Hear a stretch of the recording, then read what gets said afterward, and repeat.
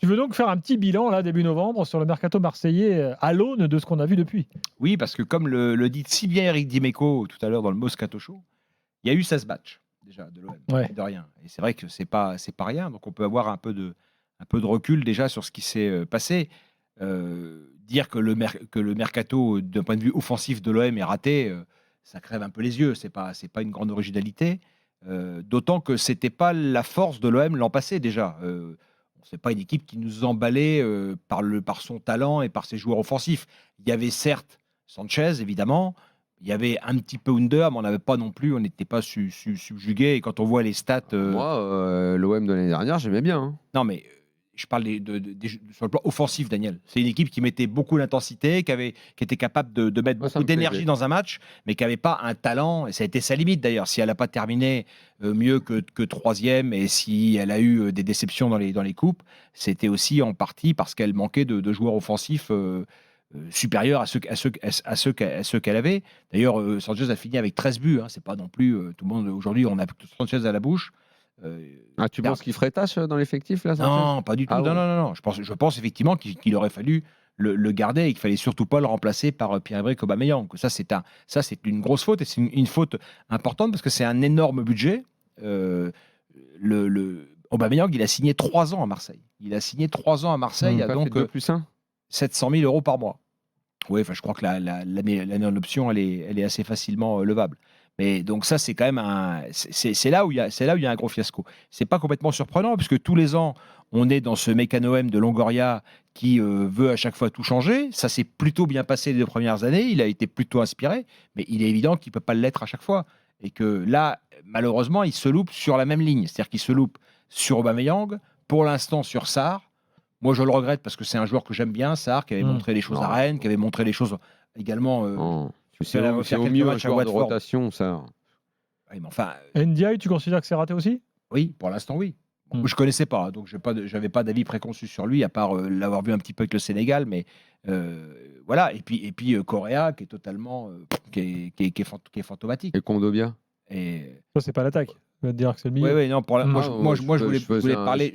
Ouais. Je faisais un panier complet avec les achats. Kondogbia, pareil, toujours pareil. Kondogbia, il a été blessé, il commence à bien venir. Après, il a été blessé. Maintenant, il a remontré des choses intéressantes, je trouve, contre Lille samedi. Maintenant, il faut que ça s'inscrive effectivement dans la durée. C'est pour ça que les joueurs offensifs de Marseille ont aussi des excuses, parce que c'est l'équipe qui ne tourne pas. Ce sont des joueurs qui doivent se découvrir, en même temps qu'ils doivent, eux, performer individuellement. Donc, il n'y a pas encore les automatismes. Ils ont changé d'entraîneur en cours de route. Enfin bon, ils ont tout n'est pas... Ils sont pas coupables à 100%. Mais c'est sûr que quand vous faites un investissement comme celui qu'a consenti l'OM sur un joueur comme Aubameyang et que vous vous plantez, ça pèse très très lourd. Lodi, c'est pas mal. Lodi. Ah oui, Lodi. Ouais. Lodi. Bon, Oui, c'est un latéral, c'est pas, voilà, peut-être pas le joueur le plus décisif, mais bon, lui, il fait plutôt les matchs. Daniel, tu es d'accord? Non, mais moi, je pense que quand tu as, parce que je veux dire, c'est pas un club qui n'a pas de moyens, l'OM. Jérôme parlait des moyens de l'OM dans Rotten sans flamme tout à l'heure. Il y a de l'argent. Il y a eu de l'argent de mis dans les transferts, dans les salaires. Les 4 joueurs offensifs de l'OM, ça pèse très lourd. Donc, avec ce budget-là, tu dois être capable, quand tu as le talent de Longoria, ses réseaux, etc., de rassembler des joueurs beaucoup plus fiables, en tous les cas, que ceux-là. Tu peux te planter sur un. Tu peux être mal inspiré, tu peux faire un pari comme Ndiaye, et puis que ça se passe pas bien, puis peut-être que lui, avec le temps, va venir. Te louper sur les 4, c'est quand même très lourd. Daniel? Écoute, le constat d'échec, j'ai attendu quand même, mais là, début novembre, difficile de ne pas voir que c'est un constat d'échec terrible. Parce que ça a mal démarré avec ce raté dans le tour préliminaire, et derrière, il n'y a pas eu de réaction.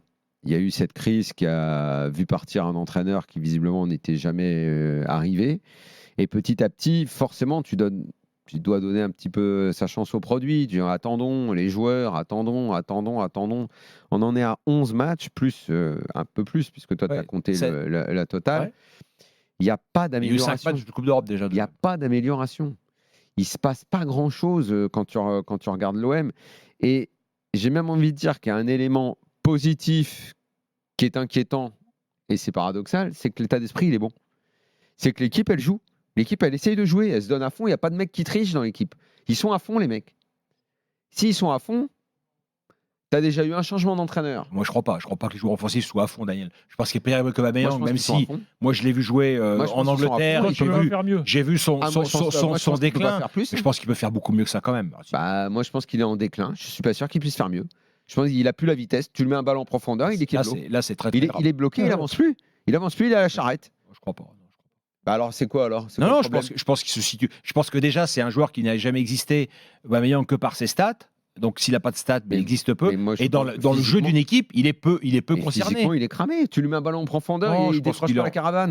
Non, Ah. moi je te dis qu'il a du mal. Il avance plus, il est mangé à chaque fois par le défenseur.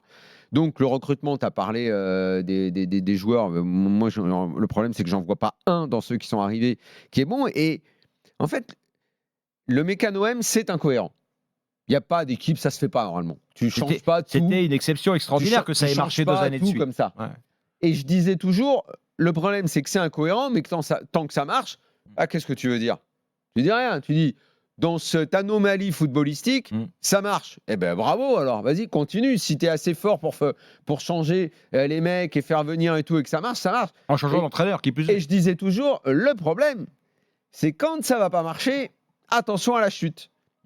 Et là, je vois qu'on a changé d'entraîneur et que Gattuso, tout en mettant beaucoup d'énergie, en maintenant un bon état d'esprit, il n'y a rien qu'à changer. Il n'a pas gagné un match. Cet été, très honnêtement, je ne me souviens plus du jugement qu'on portait sur ce mercato. Est-ce que c'était intéressant? Je sais que j'ai regretté le départ d'Alexis Sanchez. Pour le reste, je ne sais pas. Peut-être que j'ai été optimiste parce que à chaque fois qu'il avait fait son mécano M, ça marchait. Mais là, force est de constater que. Non, mais dans le recrutement de l'OM, tu as toujours une part de pari. Mais tu pouvais Mais là, penser. il y en a eu trop tentés en même temps. Kondogbia, un pari, Aubameyang, un pari, Correa, un pari. Moi, j'étais très sceptique sur Aubameyang pour l'avoir beaucoup vu jouer. Et pourtant, d'abord, c'est un garçon éminemment sympathique. Et puis, c'est un garçon qui a eu des moments fantastiques, qui a été un fantastique buteur. Ah, mais ça, oui. Pas forcément un grand joueur, mais un grand tu sais, buteur. mais Il y a déjà quelques années. Quoi. C'est le déclin. Amine est là. Il est venu vivre son déclin à Marseille. Bonsoir, monsieur. Bonsoir Amine. Bonsoir, messieurs. Bonsoir à tous. Ouais. T'es d'accord avec tout ce qui se dit là Bonsoir, sur le Amine. mercato? Bah, quand on est supporter de l'OM, franchement, si vous arrivez à me trouver un supporter de l'OM qui aujourd'hui arrive à avoir un avis en désaccord avec Stéphane Guy, je vous donne ma pièce. Mais oui, on est forcément déçus du mercato. Alors oui, au départ, on était tous un peu enthousiastes de voir des arrivées, etc. Mais je pense que là, à l'heure actuelle, si on a 65 000 personnes qui sont au stade et qui sifflent Aubameyang, c'est qu'il y a un réel problème dans le jeu. Déjà, il y a un problème technique au niveau d'Aubameyang et de Ismaël Assar. Moi, ce qui m'a frappé, tu as raison d'assister là-dessus. Pardon, Amine. Samedi, c'est pas les stats, c'est une chose, mais c'est surtout la pauvreté de sa participation dans le jeu et même le nombre de mouvements qu'on a avortés parce que lui-même n'était pas performant. Quoi. Il faisait pas le bon choix, il faisait pas le bon appel, il faisait pas la bonne passe, il ratait le contrôle. C'est ça qui est embêtant. Il y a trop de déchets et c'est ce que j'ai remarqué. Moi, j'avais même remarqué que quand ils n'étaient pas sur le terrain et qu'on avait aligné Harit sur le côté gauche, je ne sais plus c'était quel match, quand on avait mis Harit sur le côté gauche et Ndiaye à droite avec Unai un peu plus en retrait, ça jouait beaucoup mieux que quand il y a les deux Aubameyang et Ismaël Assar sur le terrain. Je trouve qu'il y a beaucoup trop de déficits techniques et qu'offensivement ça nous plombe tout simplement. Hein. C'est triste à dire, mais c'est le constat qu'on fait tous. Et je vous dis, s'il y a 65 000 personnes qui sifflent samedi, c'est pas de gaieté de cœur et c'est vraiment qu'il y a un sacré problème. Et les gens veulent voir Vitinha, non pas parce qu'ils sont persuadés que le gars va être meilleur ou qu'il va mettre des buts, mais juste parce que le gars il court partout, il se bat et tu te dis bon bah au moins. C'est la mentalité marseillaise, c'est ce qu'on a à Marseille et au-delà de ça. Même si Aubameyang demain il est aussi mauvais techniquement mais qui marque des buts, il sera pas autant sifflé que ce qu'il est là. Là c'est dans le jeu, il est catastrophique. Sur des balles, on lui donne le ballon qu'il est dos au jeu, il n'arrive même pas à la garder. C'est en vrai, il n'y a rien de bon dans ce qu'il fait, vraiment. Ouais, c'est vrai, il est vraiment mauvais. Il y a vraiment rien de bon. Ouais. Alors attendez, parce que là le sujet c'est le mercato. Enfin, on peut pas décorréler le mercato des mauvaies performances de certains qui étaient déjà là avant.